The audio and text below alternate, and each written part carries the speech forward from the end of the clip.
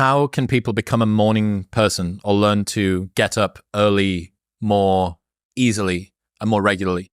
Yeah. 3 days of pain, the rest is easy. So it takes about 3 days to shift the biological mechanisms to make you a morning person. Now, if you are a very strongly genetically determined night owl. That's a thing. That's a thing. So there are genetic mutations, they call them polymorphisms, that make some people night owls.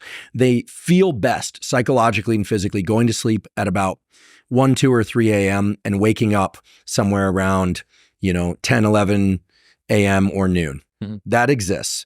Not just during development or teen years, but that exists, not just for social reasons. Other people are true morning people. They feel absolutely best going to sleep around 8 p.m. or 9 p.m.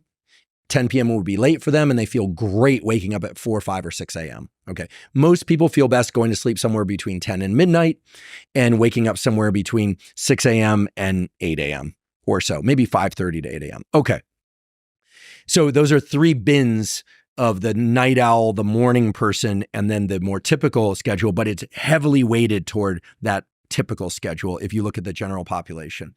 So if somebody wants to get up earlier, you need to stack the 4 primary, what are called Zeitgebers or timekeepers. So named because some of the early chronobiologists that discovered this stuff and the underlying mechanisms were German, as it were. So the number one Zeitgeber, the number one way to shift your circadian clock, which is this cluster of neurons that sits a few centimeters above the roof of your mouth, is to view bright light at a time when you want to be awake, AKA the morning. Okay. So that's why I say get outside, look at the sun, toward the sun. Don't force yourself to stare at it. Don't damage your eyes. Blink as needed. No sunglasses. Eyeglasses, corrective lenses, and contacts are absolutely fine, even if they have UV protection. Okay. However, if you combine that with another Zeitgeber, the second most powerful Zeitgeber is exercise or movement. So if you do some jumping jacks, you skip some rope, or even just take a walk while facing the sun, now you're starting to stack different Zeitgebers. And I'll explain the mechanisms in a moment. If you then also add caffeine, now this spits in the face a little bit of what I said a few minutes ago, but if you were to add caffeine, you can entrain, as it's called, the circadian clock to be alert at that time a bit more. And I'll be honest, if I'm going to exercise first thing in the morning, I need caffeine. I can't wait that 60 to 90 minutes. If I need to jump right into exercise, I find it's easiest for me to do 30 minutes after waking, 3 hours after waking, or 11 hours after waking. And a lot of people find that the same. But of course, exercise when you can, because it's that important. But if you want to, quote unquote, optimize your energy levels for exercise, typically people will notice that has to do with your temperature rhythm. Okay, so we've got sunlight, we've got exercise or movement of any kind. It could be jumping jacks, could be walking. You don't have to do a full workout. And then caffeine, and in some cases, food. I'm not big on eating first thing in the morning. I don't like to eat until 11 a.m. or noon. That's when my first meal arrives for me. Just naturally, that's when I get hungry. It's all caffeine and hydration prior to that. But if you were to eat something first thing in the morning, that's part of the way you entrain your circadian clock to wake up, to essentially wake you up earlier. And then the fourth one is a social rhythm. If you're interacting with other people, you're going to entrain your clock to that as well. No way. Yes. So there's a social component to it, circadian entrainment. Now, the pathways for these are from the eye, in the case of viewing light, to the circadian clock, the suprachiasmatic nucleus. In the case of caffeine, it's more general. In the case of exercise, there's literally a brainstem to circadian clock connection, a big superhighway of neuronal connections that then so-called entrains your circadian clock. Remember, your circadian clock generates an intrinsic 24-hour rhythm such that if we put you into constant dark or constant light, you would still sleep for a given bout and then be alert for a given bout with a little bit of a nap. It just is what we'd call free run. It would drift a little later each day. This is what happens when you go to Vegas. This is what happens when you're in an environment without a lot of cues about the day, the sunlight rising and setting cycle. Mm-hmm. Sunlight, exercise, caffeine and eating, and social interactions bring your circadian clock into alignment with all of those Zeitgebers. So when I said it takes 3 days, if tomorrow you want to start beginning the process of becoming an early riser, you'd set your alarm for 5 a.m. No matter what time you went to sleep the night before, you're going to get up and you're going to do the 4 things that I described. Maybe leave out food if you don't want to eat. Maybe leave out caffeine if you want to delay by 90 minutes. It's going to hurt. And then by the early afternoon, you'll be dragging a bit. And you just have to be careful to not overindulge in caffeine, which will then cause you to fall asleep later. Then you want to go to sleep at your now naturally slightly earlier sleep time. The next day, you'll notice it'll be a little bit easier to do the morning routine I just described. And by the third day, you ought to be waking up with or before the alarm by a few minutes or moments, because your circadian clock has phase shifted. Okay. It's phase advanced, as we say. Your circadian clock intrinsic to you generates a 24.2 or a 24.3 hour rhythm. It's not perfectly 24 hours. And that we believe, we don't know, but the just so story is that it's such that you're able to then shift that clock in one or the other direction. You can phase advance, so you wake up earlier and go to sleep earlier. You can phase delay. How do you phase delay? Well, you're probably doing this already. Everyone nowadays pretty much qualifies as a shift worker by the strict and not so strict criteria of shift work, which is, are you doing any kind of cognitive activity after 9 p.m.?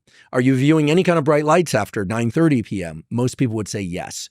So the diabolical thing about the circadian timing system is that it requires a lot of bright light, ideally from sunlight, but a lot of bright light early in the day to make you a morning and daytime person. Mm-hmm. But it requires just a little bit of bright light, even from an artificial source, after the hours of about 9:30 p.m. till 4 a.m. to quash your melatonin and make it difficult to sleep, or if you sleep, to make that sleep not as effective. There's a simple remedy, however, which is, and this is a beautiful study published in Science Reports in 2022, if you view sunlight in the afternoon, even for 5 minutes or so, could be late afternoon, could be sunset, take off your sunglasses, look in the direction of the sun, so now looking west, you adjust the sensitivity of your retina, the neurons in the back of your eye, such that bright light later at night doesn't have quite as much effect to suppress melatonin. It reduces the melatonin suppressive effects by about 50% or offsets those. So I think of this afternoon viewing as, well, first of all, it's nice to look at a sunset. If you're indoors in an environment like this, even if there are bright lights on, get outside for a few minutes before the sun sets. This is especially important in winter. Even if you can't see the sun as an object, get some sunlight in your eyes, and that will at least partially offset the effects of bright light in your eyes at night, partially. And I refer to this more or less as your Netflix inoculation, so that night you can be on your phone or watch Netflix and it's not going to disrupt your sleep as much, but it will still disrupt your sleep somewhat. But let's, unless, like Rick Rubin's very diligent about wearing the red lens glasses. I've started doing that as well. But if you don't do that, well, I'm guessing he also sees the sunset in the evening. Mm-hmm. He's very attached, for good scientific reasons, to the sunlight thing. But these are little things that take just moments, right? They're essentially zero cost that can really improve your sleep. But that's how you become a morning person. If you want to become a night person, you do the opposite. You view bright light between the hours of 4 p.m. and 10 p.m. and then you will phase delay or phase shift in a delayed way your circadian clock, making you want to wake up later the next morning. I wonder if dogs count as social interaction. Absolutely. And they have all of the same mechanisms we just described. So I just think, how can we stack that everything first thing in the morning walk? Yeah. If you're in a place that's not Iceland or somewhere that's super high north, dog, social interaction, moving around, and then caffeine if you do, or if you don't want it. But if you have a dog that likes to run, you're even better off because it'll force you to run. You're gonna have to chase if you after have if you have an English bulldog like I did, you'd be lucky if you get out of bed by 10. Bit. Yeah, you're in. Their eyes are droopy. They don't like to move. But it is the case that dogs will naturally orient toward the sun. And people always ask, do dogs have the same mechanisms? Absolutely. Intrinsically photosensitive retinal ganglion cells, the one that project to the clock and carry all of this thing about circadian entrainment to sunlight, are present, as far as we know, in every extant mammalian species, every mammalian species that's alive today. This is a system that evolved from bacteria that's very similar to the opsins, the light absorbing molecules that are in the insect eye. It's a very primordial system. It's organized very differently anatomically in the retina. And to me, it's actually one of the more beautiful systems in all of us. In fact, the one thing that no one can seem to defeat, you're never going to biohack away, is circadian biology. This 24-hour fluctuation in energy and focus.